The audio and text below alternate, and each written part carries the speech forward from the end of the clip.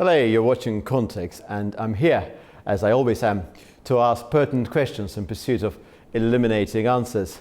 Today, Britain and her European allies mark 80 years since victory in Europe, V-Day. Speaking at a London conference, Prime Minister Sir Keir Starmer, reflecting on the legacy of the Second World War, described the battle lines in Ukraine as a front line for Western values. Meanwhile, across the Atlantic, President Donald Trump, unwavering in his conviction of America's preeminent global role, has issued a proclamation renaming 8th of May as Victory Day for World War II, adding a new layer of contestation to how the past should be remembered and by whom. But there is a world elsewhere. As Russia hosts foreign dignitaries for the 80th anniversary of its victory over Nazi Germany, President Vladimir Putin seeks to use the occasion to project a narrative of righteousness, resilience, and historical continuity, linking the triumph of 1945 to the ongoing war in Ukraine. In an ironic twist, drone attacks originating from Kyiv have reportedly paralyzed air traffic across Russia. On one hand, this undermines Moscow's carefully cultivated image of invulnerability. On the other, it reinforces the narrative of a nation under siege, a victim as much as a victor. This is what the Kremlin apparently wants the world to see. Victory Day, celebrated on the 9th of May, is the country's most sacred civic ritual. It serves not only as a commemoration of wartime glory, but as a showcase of international presence, proof perhaps that Russia is not isolated, not friendless. There was a time when such celebrations drew dignitaries from the Allied powers, those who once fought side by side with the Soviet Union to defeat a common enemy. That is no longer the case, but this year there are some notable guests. Amongst them is Chinese President Xi Jinping, whose ongoing 4-day state visit to Russia is as much about optics as substance. China plays its own grand geopolitical game, but for Moscow, the presence of Xi is vital, a reaffirmation of strategic companionship, if I may use this term. Also in attendance, the presidents of Brazil and Serbia, visiting Moscow for the first time since the outbreak of the war in Ukraine in February 2022. Specifically today, we turn our attention to the Victory Day parade in Moscow and the imagery Russia wishes to project, set in contrast with Anglo-American sensibilities, for whom the war in Ukraine has come to symbolize a modern continuity in an age-old struggle. And joining me from London, the United Kingdom, is Mr. Taras Kuzia, professor at the National University of Kyiv-Mohyla Academy, a distinguished scholar, a man of trenchant analysis, and a great expert on regional affairs too. Professor, great delight to welcome you. Thank you very much for inviting me. Thank you very much indeed. Professor Kuzia, you are a British scholar of Ukrainian descent, and by virtue of your academic work and one imagines your lived experience, you possess a keen understanding of the contested legacy of the Second World War. In May 2025 now, how does Russia appear on the world stage, particularly in light of its historical self-perception?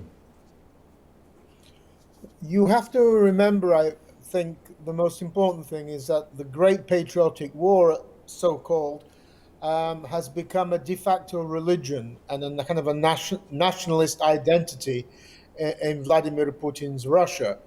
And linked to that is the rehabilitation and revival of a cult of Joseph Stalin, the dictator, because the two, of course, go together. So this is today is a major deal, but the interpretation of the Great Patriotic War is highly falsified. Not only does Russia refuse to recognize the period prior to this, for example, between 1939 and 1941, where the USSR had an alliance with Nazi Germany through the Molotov-Ribbentrop Pact, but also, even more banally, Putin's Russia refuses to acknowledge that the other republics also contributed a huge amount of manpower and suffered a lot as well in the war. It wasn't just Russia that defeated the Nazis. And also, the Soviet Union was only able to do this with a huge amount of military assistance from the United States and, in particular, this so-called Lend-Lease program. I mean, it delivered to the USSR huge amounts of different types of military equipment, which, of course, is completely ignored in the narrative. Putin wants to monopolize this as Russia's. And this is particularly pertinent with regard to Berlin, because the military forces that liberated Berlin in April, May 1945 were not Russian. They were Polish, Ukrainian, and Belarusian.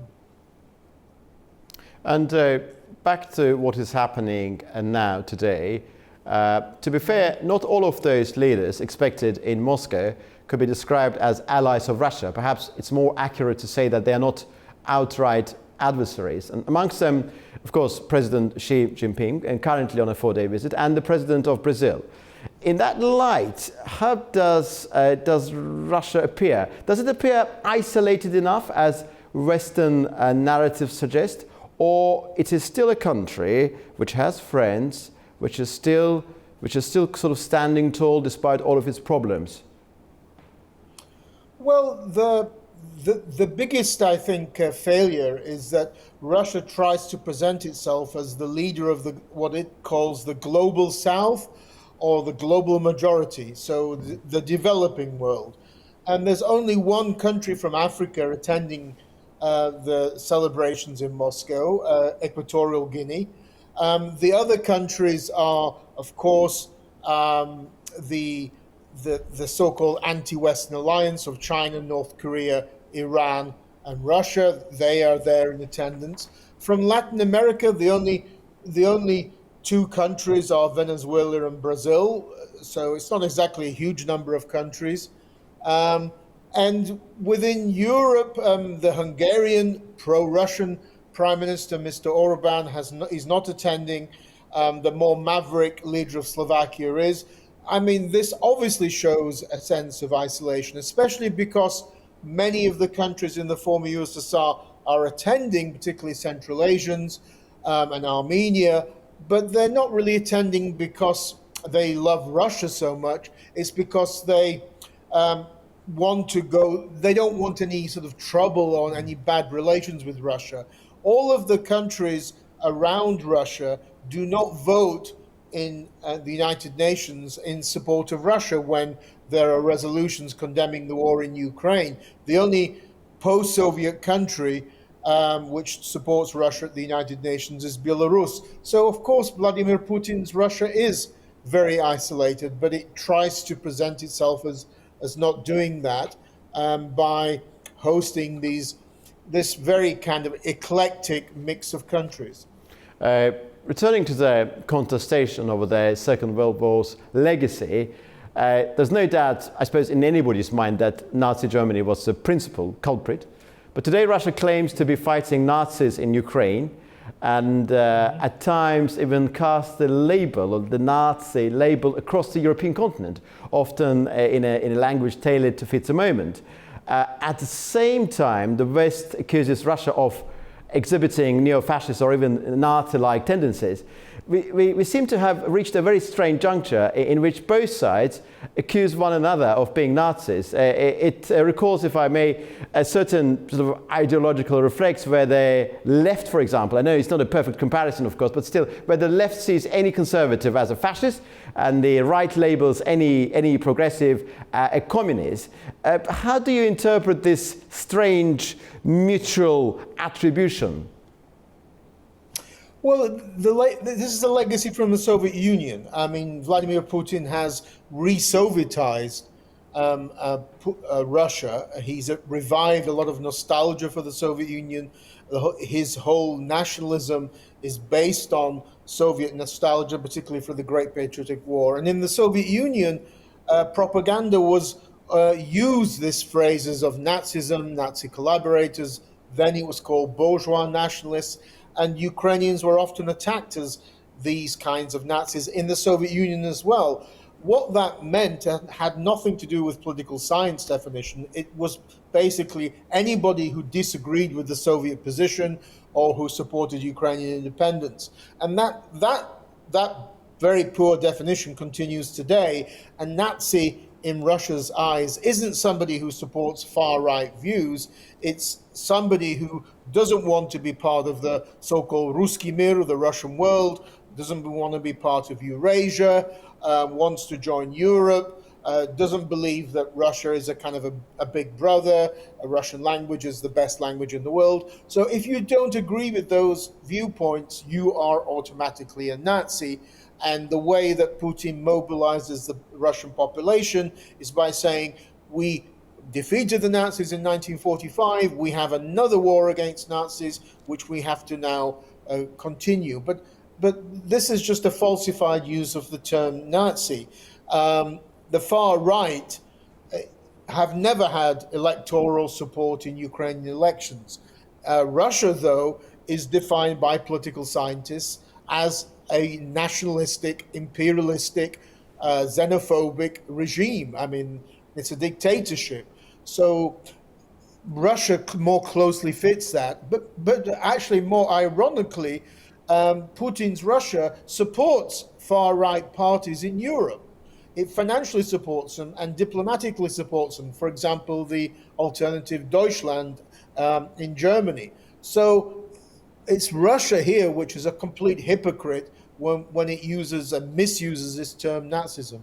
The terminological use is very, very interesting indeed. Allow me to move into the realm of the perception of what happened in 1945 and about the celebrations in different parts of the world. Ukraine now marks Victory in Europe Day on 8th of May, despite being formerly a member of the Soviet Union, in contrast to Russia's traditional 9th of May celebrations.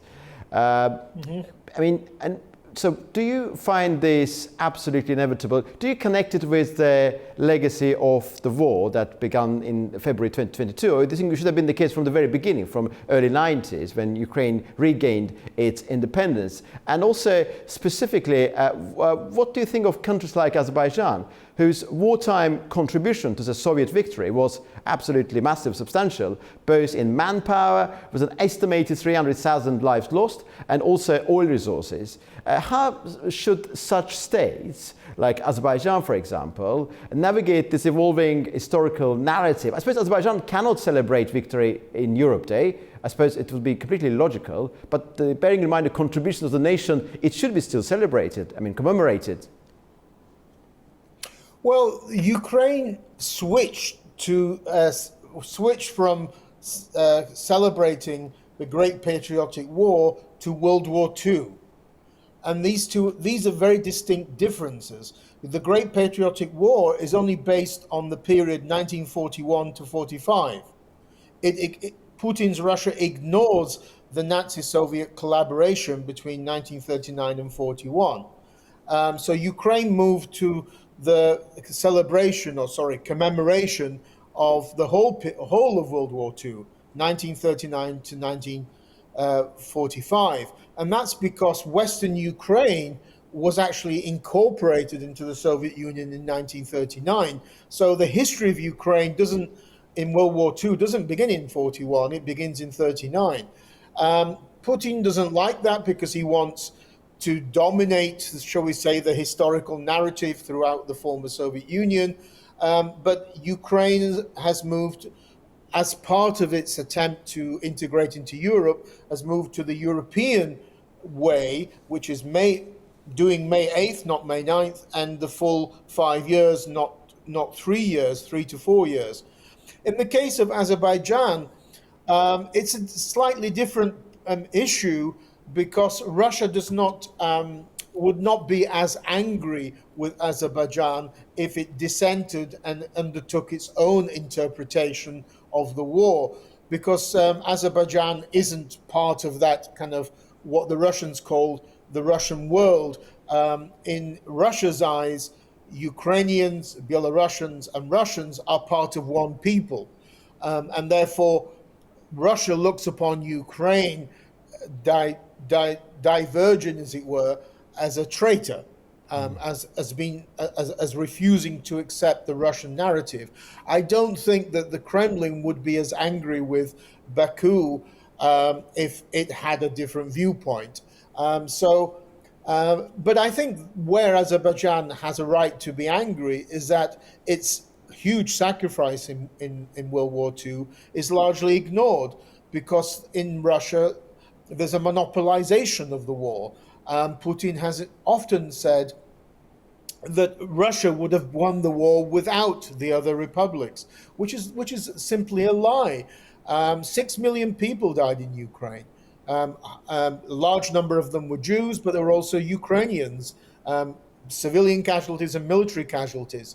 Proportionately, I don't know what the difference is between Ukraine and Azerbaijan, but all of these other republics contributed immensely to the war effort. It wasn't just Russia.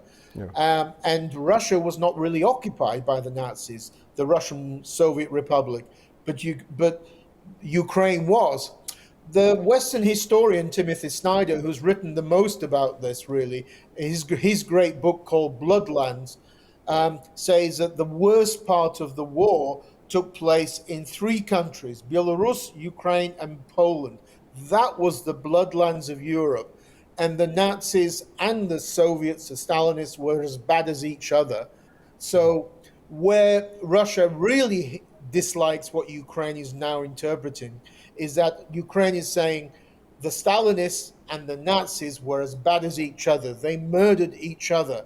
The sad thing is that Putin has been successful in rehabilitating Stalin, who was as much of a murderer as Adolf Hitler. And before moving back actually, broader political landscape, I would like to have one brief question about Azerbaijan again. Azerbaijani President Ilham Aliyev is not attending on this occasion. How do you interpret the current situation involving Azerbaijani-Russian relations? They are quite tense. It's described by many as a lowest ebb. And the post-airplane crash situation has not been resolved. Russia has not apologized. What is your sense of what's going on, very briefly, before we move back to the broader political landscape? Well, let's be honest. Russia will never apologize. I mean, and when Russia has not apologized for the shooting down of MH17 in July of 2014, which murdered 298 civilians, including 88 children. So Russia will not apologize to Azerbaijan. I mean, Azerbaijan tries to adopt a multi-vector foreign policy, tries to be not inflame relations with Russia, while at the same time pursuing an independent foreign policy.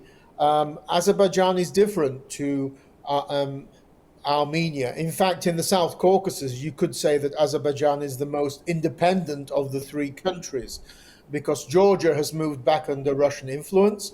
Armenia, Prime Minister Pashinyan talks about European integration without realizing that firstly he has to undertake a kind of a Brexit from Armenia's membership of these various organizations.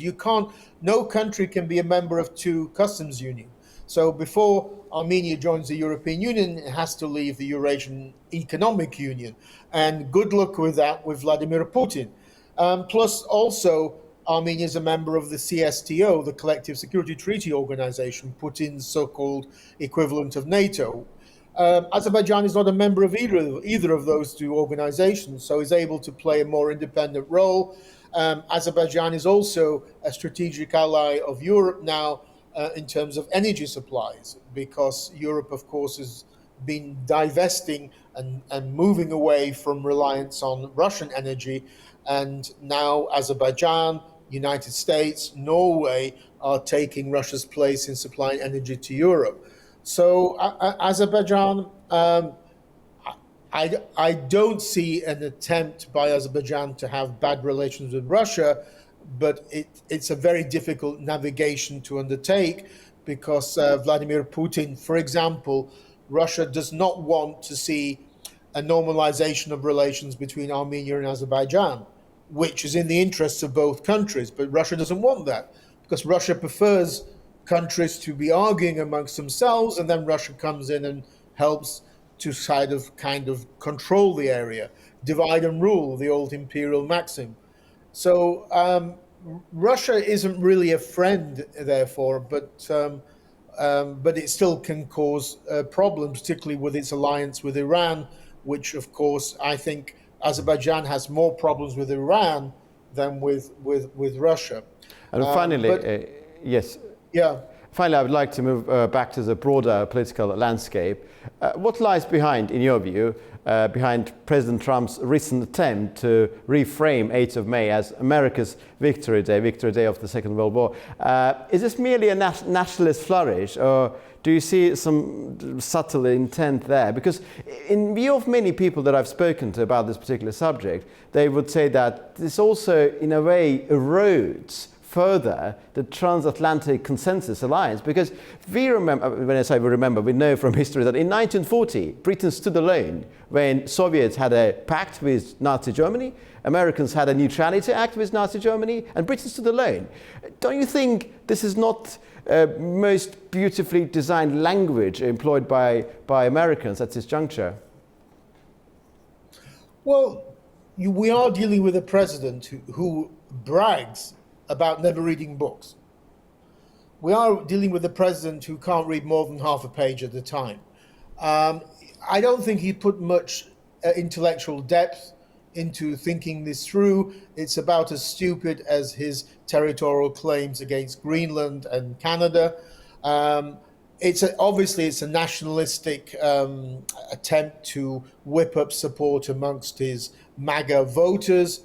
It has no relationship to historical truth, as you've mentioned, and it will be ignored by academic scholars and experts. Nobody will take this seriously, and where it's strange is that it's actually the country that's going to be angered the most is going to be Russia, because Russia's Putin's trying to claim that it was in the lead. That Russia did most of the work in defeating the Nazis, not the Europeans, not the Americans. And now Trump is trying to compete on the same terrain as Putin. So I don't think Vladimir Putin would be very, very happy at this. You're obviously right that the United States didn't come into the war until 1941, and it only came into the war because it was attacked by the Japanese in Pearl Harbor. If they had not attacked, maybe the United States would not have joined the war. And Russia ignores the fact that the United States was fighting alone de facto in the Pacific region against the Japanese, and that was a very ferocious war.